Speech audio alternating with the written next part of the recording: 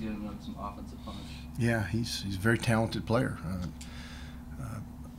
I had a chance to see his dad play in my era, and he was a tremendous player. Obviously played at Duke and in the NBA for a long time. Different. Aubrey's bigger. He's 6'6", it looks like, and a big, strong kid. Johnny was always wiry and fast, but with a beautiful jump shot, and he handed that down. I mean, this kid can shoot it. He can drive it. Plays a 3 and the 4. Plays the right way. So just having not had him last year, you can see the impact that had on him. He was out all season, redshirted, I assume. So how you can prepare for tackle fall, 6, 7, 6? Yeah, not really. It's hard to simulate that in practice. He's not only big, but he's well proportioned. He doesn't look odd because of his height, his unusual height, because he's so put together in terms of, it just looks like a 6'7" athlete because he can move his feet. He's obviously towers over everyone, but he's a complete player. He's got to work on his free throws, obviously, but short of that, I don't see how he doesn't make the NBA and have a long career there as long as he can stay healthy. I mean, he affects the game tremendously. Is that something you have to tell your guards to still be aggressive, still attack, or are you telling them maybe jump stop, pull up? Well, when he's in, you got to be very wise when you penetrate.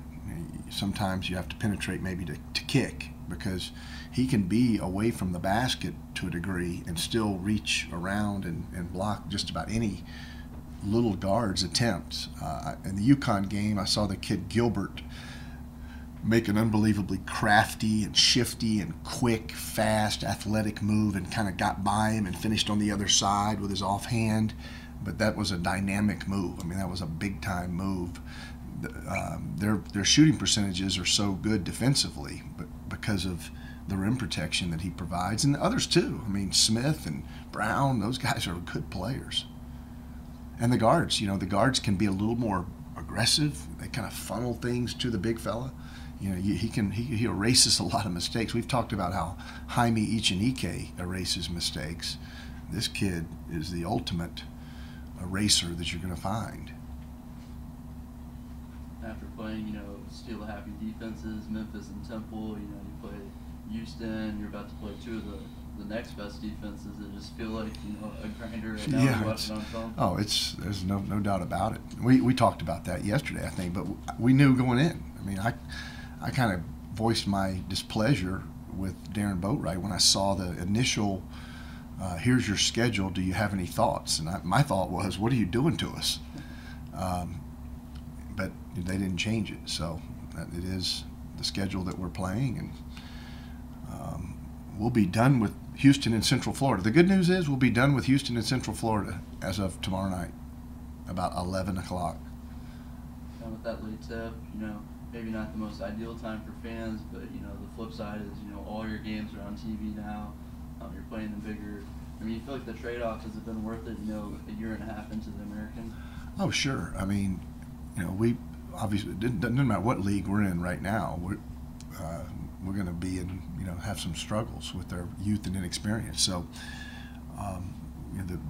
this league's shaping up like a 3, 4, 5 bid league. There's a lot of good teams, so it'll be interesting to see how it works out. Our goal is just to continue to get better, so we can be a potential team to try to steal a bid come tournament time, and that's kind of where we are. It's unusual for us this time of year to be saying that, but I think that's pretty much a foregone conclusion, and we've got to just continue to work hard. And we're getting better. We're getting better. I mean, we really competed against Houston. Guard play was better, which has been a problem. We made some shots against a very good team, a team that was a little, upset after losing to Temple.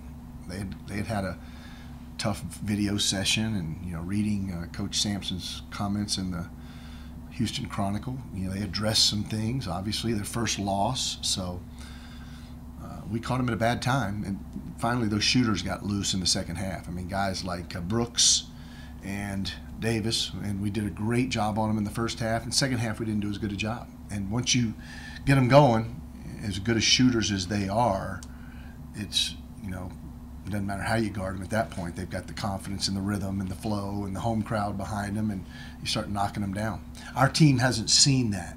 We haven't seen a shooting exhibition like that, I don't think. Maybe the kid Edmondson from Davidson, I don't know how he shot it, but he scored.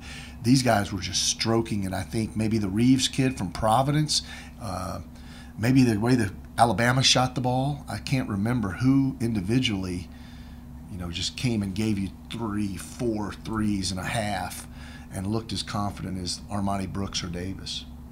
You mentioned the unusualness of this year in the middle of this tough stretch, lost 4 straight. From your perspective, kind of what's the mood of the team been like?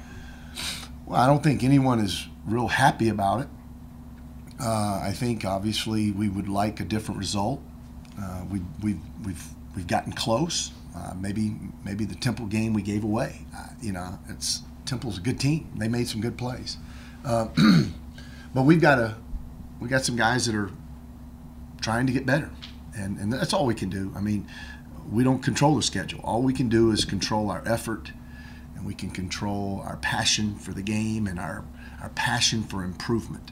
And ultimately, that's going to be what's going to get us out of the slide that we're in, not being upset and angry and wanting to, you know, down your teammates or get too down on everyone. You know, I myself am down, but at the same time, I'm trying to stay positive and trying to build up these young players. You know, that's my role as the leader. I can't show them just every day the frustration. You got to.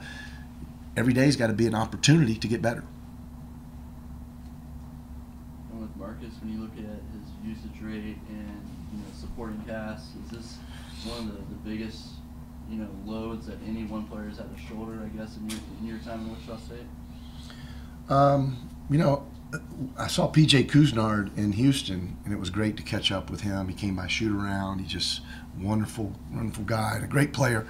I was able to coach him in his 5th year, so his last final year at Wichita State, and you know, we've remained close, and I've always really liked him, and he's remarked to me, he goes, Coach, it's kind of like my year with you, you know, it's kind of starting over. It was Marcus McDuffie, similar to P.J. Cousinard, Samaje Haynes-Jones, a little lefty point guard like Matt Breyer, and that's about all we had from an experience standpoint.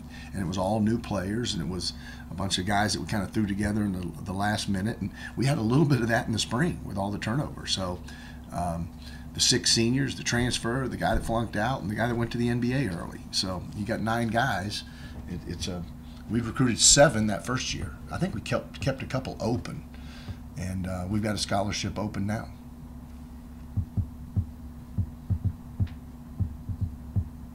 Anything else? I guess with this team, I know in the past you like to, you know, let your teams work it out on the court when there's another run against when the other team's making a run. Is this year's team, because it is so unique, has that made you, you know, wonder maybe? I mean, I know you have called a few more timeouts, but is that something that you've considered maybe? Yeah, we probably called double as many timeouts as we did last year, and I'd probably need to call more. But you know, we ended the game the other night with one timeout, so I didn't have too many to spare. You just got to try to let these guys know that, you know, during the media timeouts, here's what we're going to do, and adjust accordingly. But it's difficult. It doesn't matter if I call a timeout or not. I've called timeouts and things have gotten worse. You know, it's just when you're playing a team like that, you don't have enough timeouts. I mean, you can call a timeout every time they score a basket. That stops a run, I guess, from the timeout lover's perspective. I saw the Junkyard Dog Award over there. Is that something you guys been handing out this year? I was just curious. Yeah, we handed it out a couple times. You know, we generally handle it out after win, so it's been a while. We'll try to. If we can win tomorrow night, we'll certainly try to find someone deserving. And if we win tomorrow night, there will be several guys deserving. And that's the thing. We've got to get more guys playing well. We've got 1 or 2 or 3 guys playing well. That's not going to be enough. You've got to have 6 or 7 guys play well, 5 or 6, 7 guys play much better than their norm for us to win games.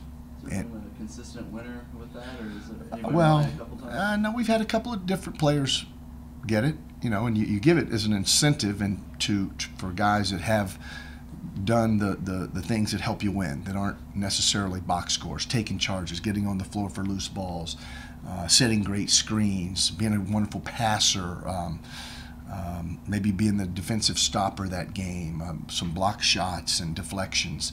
All of those things, we talk as a staff and give it out to honor those people that did those things over and beyond just the scoring of the points. I'm sorry? Yeah, he's cool. I've got a backup too. I mean, that one's been with me since maybe 2000. Really? Yeah. So it's made the trip out here to Wichita from South Carolina and still hanging in there. So the plastic's very durable. Thanks, guys.